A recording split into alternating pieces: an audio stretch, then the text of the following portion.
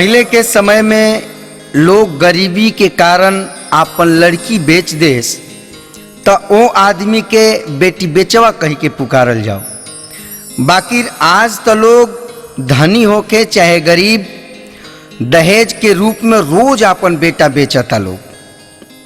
तो हमारा समझ से ओह लोगन के बेटा बेचवा कहल जाए के चाही। सुनी एह बेटा बेचवा लोग के करनी।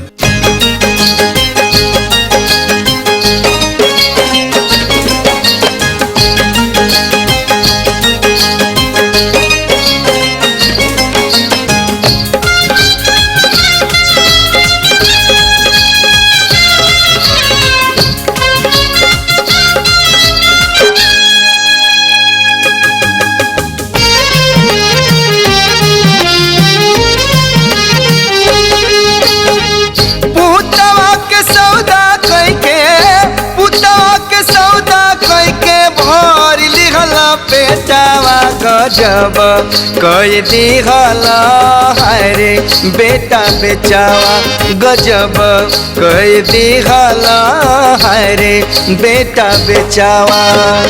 पुतवा के सौदा कई के पुतवा के सौदा कई के भर लिहला बेटावा गजब कई दिहला हरे बेटा बेचावा गजब कई दिहला हरे बेटा बेचावा।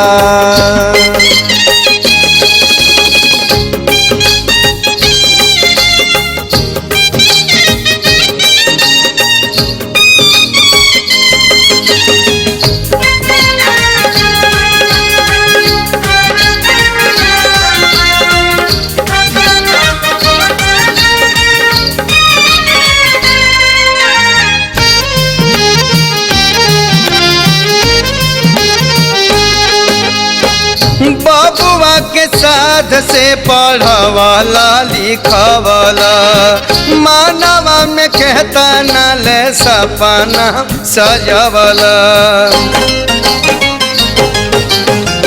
बबुआ के साथ से पढ़वाला लिखवाला मानवा में कहता न ले सपना सजवाला। बाकिर हो बनावाला बाकिर हो बनावला व्यापारिया के भेसावा गजब कई दिहला हरे बेटा बेचावा गजब कई दिहला हरे बेटा बेचावा।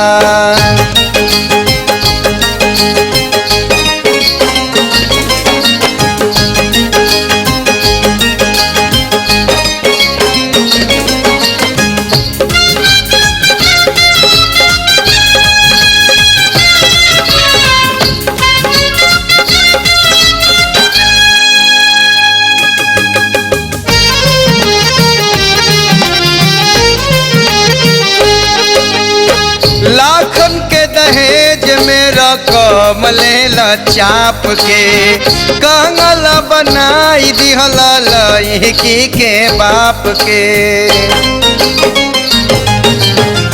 लाखन के दहेज में रकम लेला चाप के कंगल बनाई दिहला लड़की के बाप के।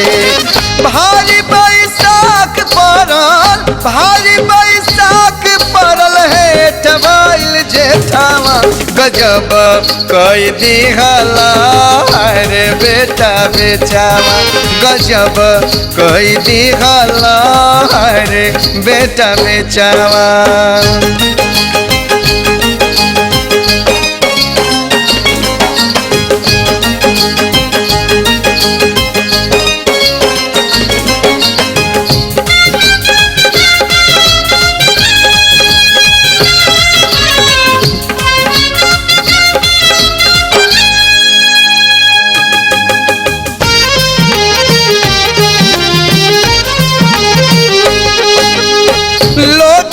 के पानी कबो मांगे जब पुरानिया पोस नहीं माने तनिको हूँ फैला के कनिया।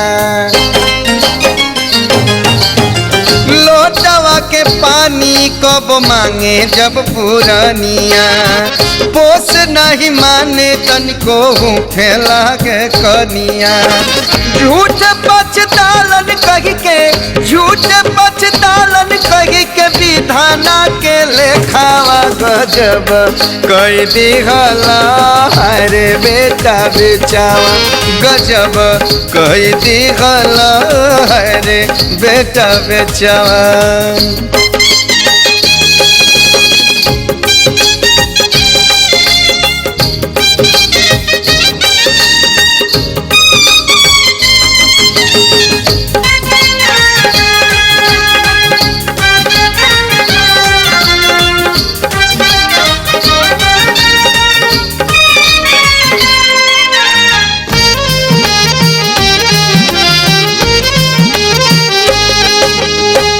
दुल्हन काबू में कैलस किनुआ मरद के बुझे न ससुर बेटा बेचावा के पद के दुल्हन काबू में कैलस किनुआ मरद के बुझे न ससुर बेटा बेचावा के पद के केसरी बदल गईल केसरी बदल गईल भगिया के रेखावा गजब कई दिहला अरे बेटा बेचावा गजब कई दिहला अरे बेटा बेचावा गजब कई दिहला अरे बेटा बेचावा गजब कई दिहला अरे बेटा बेचावा। जाई भागलपुर ओकरी चोरी चोरी मिलल देखा ठीक नहीं खे हाँ ठीक नहीं खे दिया राजा राजा पिया गईल काल काटवाए सजनी परदेसिया पिया बंसिया बजावे आधी रतिया की मनवा भइले बावरी। BCDN Cassettes, only on Chanda Cassettes.